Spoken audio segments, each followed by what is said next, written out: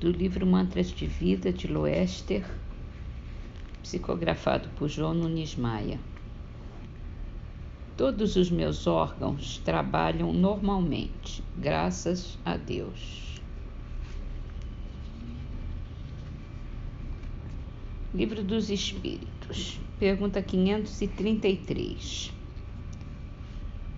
Os espíritos podem fazer que se obtenham riquezas aqueles que pedem que assim aconteça?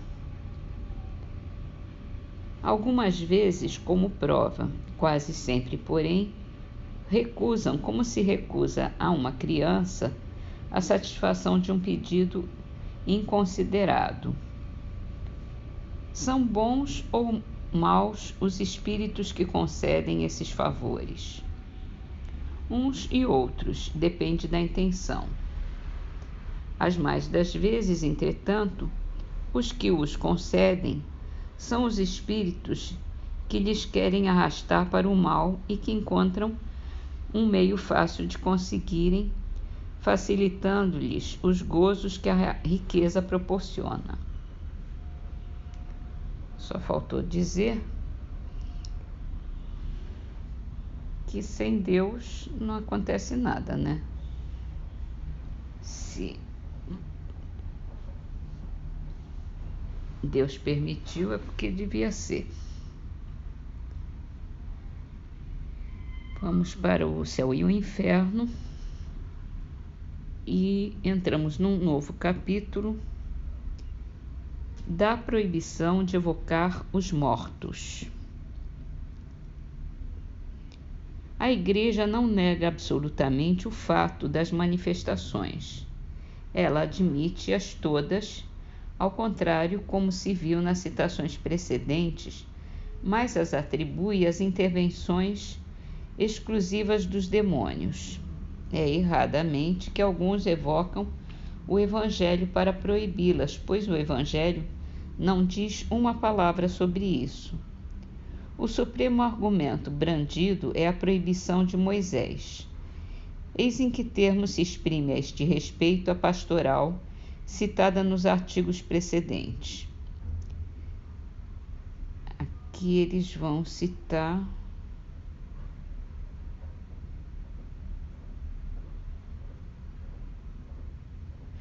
eles estão citando os capítulos que já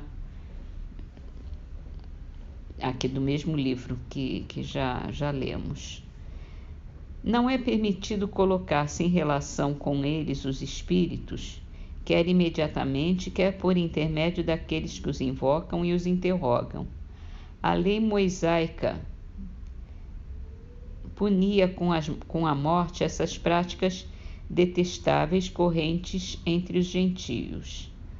Não vades encontrar os mágicos, está dito no livro do Levítico.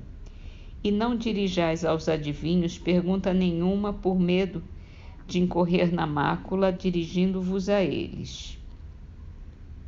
Se um homem ou uma mulher tem um espírito de píton ou de adivinhação, que sejam punidos com a morte. Serão lapidados e seu sangue recairá sobre suas cabeças.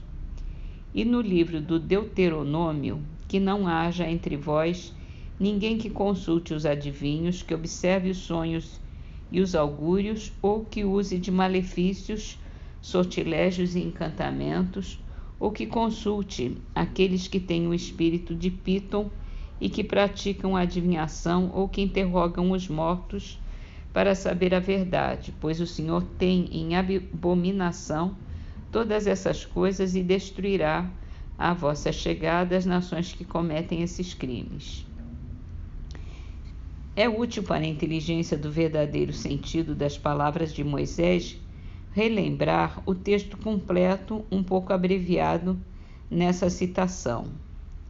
Então, agora vem uma citação do Levítico, capítulo 19,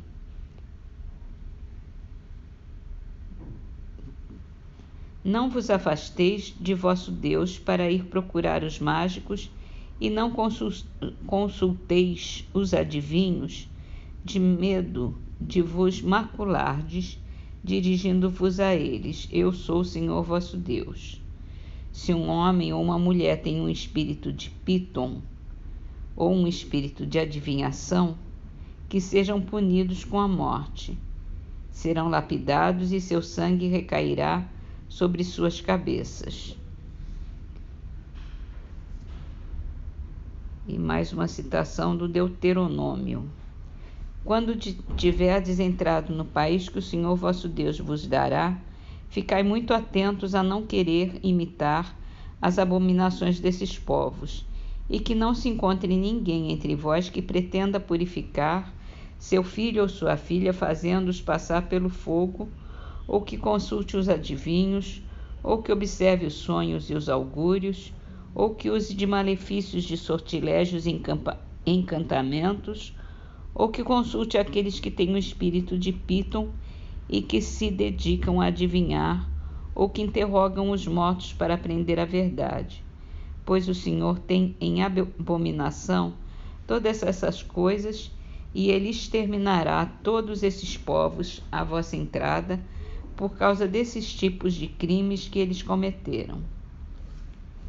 Se a lei de Moisés deve ser rigorosamente observada sobre esse ponto, ela o deve ser sobre todos os outros, pois porque ela seria boa no que se refere às evocações e má em outras partes? É preciso ser coerente. Se se reconhece que sua lei não está mais em harmonia com nossos costumes e nossa época para certas coisas, não há razão para que não ocorra o mesmo com a proibição de que se trata.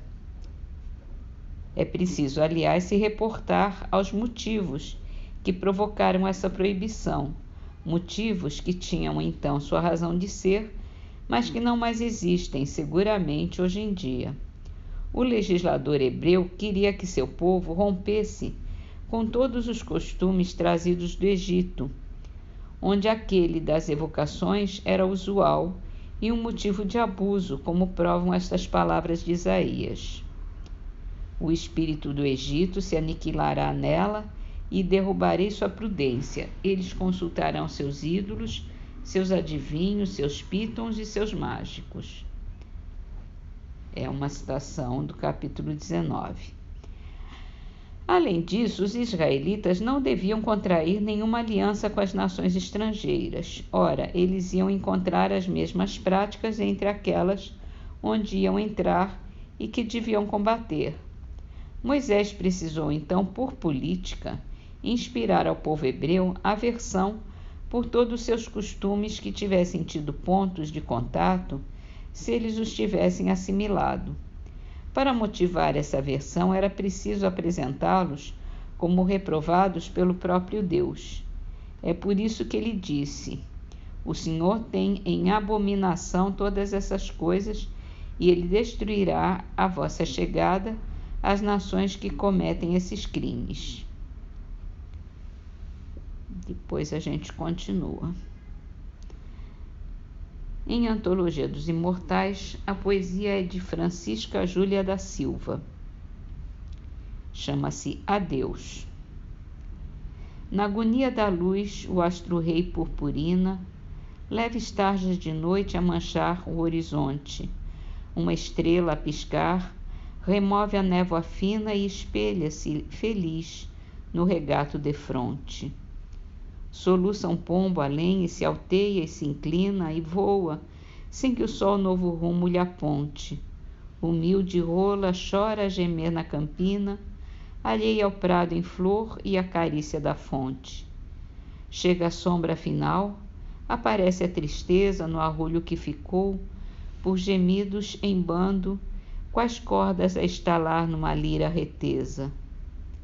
Assim num dia assim, a morrer sem alarde, chorando, eu disse adeus, e ele partiu chorando, a renascer na terra, onde estarei mais tarde.